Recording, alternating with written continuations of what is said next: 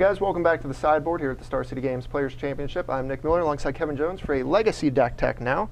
We're going to move into this. You, of course, know your way around Legacy. You won the Legacy Champs at Eternal Weekend. Blue Red Delver. This weekend, something different, though. Talk about Grixis Control, a deck Ely Cassis took to a X2 finish at GP New Jersey. Yeah. So I talked to Ely about the deck a little bit. Players Championship, obviously very strong field, a lot of really good players. So I thought that the best course of action would be to play a deck that's good against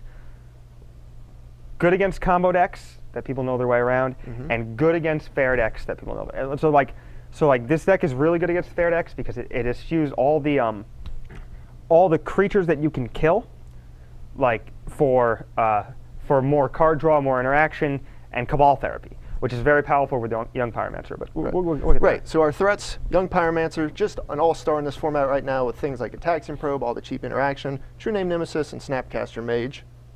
Now, making Snapcaster so good and Pyromancer so good, Lightning Bolt, Ataxian Probe, just cheap spells, kill things, draw cards, fuel Treasure Cruise. Yep, exactly. The Snapcasters are just to keep the velocity high if you need to redundancy in your removal if you need to. They're pretty good with Pyromancer because they give you a trigger that's actually a 2/1 and a 1/1 for whatever. And Pyromancer is just the best card for a high velocity card drawing blue deck. And Probe, I don't do well when I shave probes. You got to keep the maximum amount of probes. Right, we're going to get to it, but Probe also combos with Cabal Therapy, which will be on a later slide. But any deck with Probe should probably have a Therapy in there because it's just so good. If you're black-blue, yep.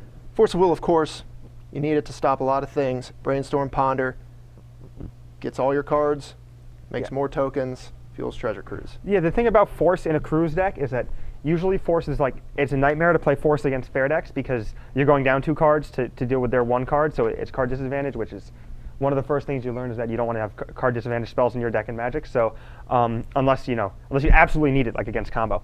But when you play for Ancestral Recalls in your deck, it's okay to go down in cards to force something because you're going to go back up 3. You're going to have excess cards. You're going to see more cards than they will at the game. You have tokens, which are don't cost you a card, but are just incremental value from Pyromancer. So Force is much better here because we're always up cards. Right. You get to recoup your disadvantage with Treasure Cruise. And you just figure out exactly you figure out exactly what you need to shut down with Probe and that type of thing. So Force is really good here. Cabal Therapy, just the hugest Mondo combo. Young Pyromancer, you get tokens, you get to rip their hand apart, lose a token, get the token back, just strip their hand. Yeah. Forkbolt dealing with all of the little threats in this format. Pyromancer, of course, on the other side of the table. Delver, Elves, you name it. Yeah, Forkbolt is great against Elves. Forkbolt is great because sometimes you don't have a bolt and you need to kill Stoneforge Mystic immediately before it destroys you. Well, it's a little bit less of a problem when you have Therapy in your deck because you can just slow roll this card until they cast Stoneforge Mystic, and then you can hit their Batterskull, invalidating their Stoneforge Mystic for the most part. But True Name is really good against the deck too, so like Cabal Therapy hits True Name a lot. A lot of times you just figure out what you hit, and then it allows your Force not to be too heavily taxed. It allows your bolts not to be too heavily taxed. It's just basically, it's either a removal spell, it's a counter spell, a discard spell, a removal spell. It's always what you need because you have a lot of information. And yeah, Forkbolt is great to kill all the creatures. And there's an interesting combo here. Like if we're ever in the magical Christmas land where you ultimate Dak Faden, you can Forkbolt targeting 2 of their 5/6 Tarmogoyfs and make them your 5/6 Tarmogoyfs forever. Not bad. Yeah, that's like the dream. Talk about Dak Faden in here. This is a card Ely used in his list. Obviously very powerful. The Steel Artifact can take, a Jitte or something from the other side of the table. The looting effect too, though, fueling Treasure Cruise, pretty great there.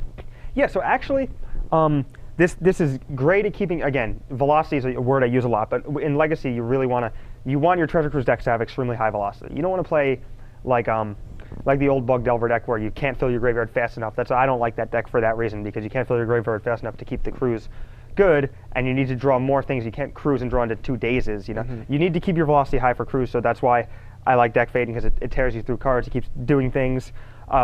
Sometimes the artifact is relevant if you play against an artifact deck, or if you play against like Stoneforge Mystic deck, you can get him. You can take the Chalice of the Void. Pretty good answer for Chalice of the Void. That's usually coming down for 1, so you get to 4 mana, play this, I mean, you still can cast things on one, but Right. it's slightly relevant. You can stop Forge Master if you play against that deck or whatever. But also, it's target player discards 2 cards. Right. Or target player draws 2 cards, then discards 2 cards. So like there was a game where I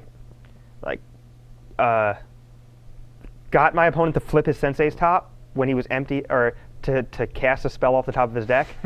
And then he had top on top of his deck but was empty-handed. So I just made him draw 2 cards, discard 2 cards, and he lost his top.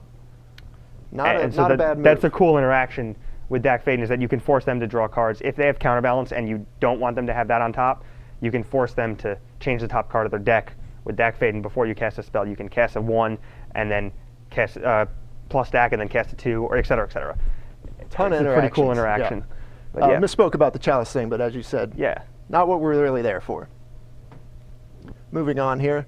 Pyroblast, just a card so many people are moving to the main deck, which is so many treasure cruises running around. Baleful Strix, though, is an interesting one. Talk about how you came to one of this guy. Okay, so I like the Strix. It cycles. It's basically, again, you want to keep seeing as many cards as possible. This is like not even really a creature. It's basically a removal spell that cycles, that occasionally, if you don't have a Pyromancer, you throw to Therapy, it cycles again. Sometimes it can tax a Planeswalker and make them, use an up mode instead of a down mode or whatever, which is not bad. And very briefly, Pyroblast. If you do Ultimate Dak, you can target anything because it's counter target spell. If it is blue, it's target if, not counter target red spell. I mean blue spell. Sorry. So you can Pyroblast stuff and take it with Dak Fade and take their land if you magical want to. Christmas land. Where you just to get to take any permanent you'd like. One preordain here, just more cantrips, more just finding what you're looking for. Just one more cantrip. This one's good if you need to hit lands and the deck is a little mana hungry, because you want to play Pyromancer and then something on turn 3, so that they don't have turn to kill it before you get value off of it. So yeah, you want to hit lands a lot, but you need an extra cantrip because you also want to be able to find spells in the mid game to the late game.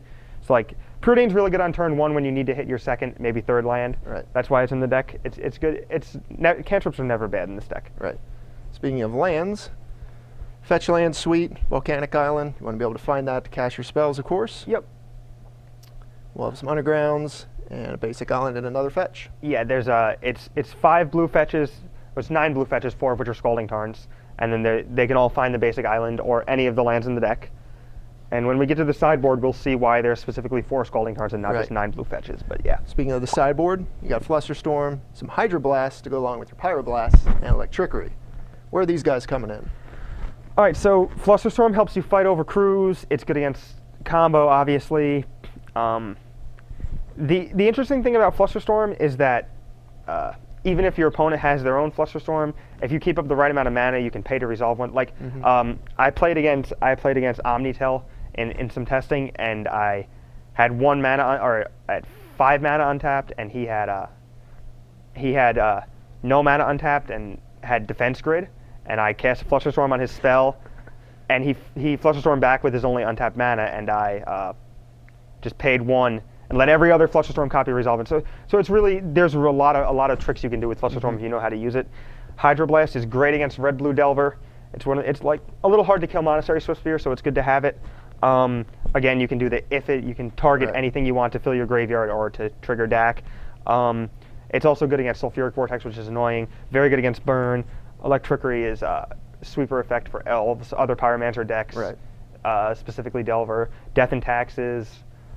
That card that's really been gaining in popularity, Electricity, with the ability to overload it to just sweep. Yeah, it's just an awesome card with Pyromancer because it doesn't kill your Pyromancer tokens. Moving on here, we've got a Vendilion Click, Sabo's Web, and an Innocent Blood. Some more one-of action. Yeah, Ely played the Sabo's Web because of 43 lands, which is a nightmare matchup.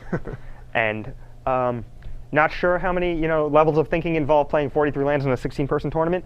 So not sure if we're going to worry about that. But again, it's still not a good matchup, and we wanted to have that in case that happened.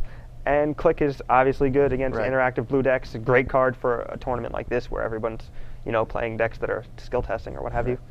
Innocent Blood, where's that guy coming in? You said Tarmogoyf, stuff like that? Yeah, a lot of times the only creature that you can't kill in their deck is Tarmogoyf. You can bolt their Shamans, you can bolt their Delvers, you can't kill their Tarmogoyf.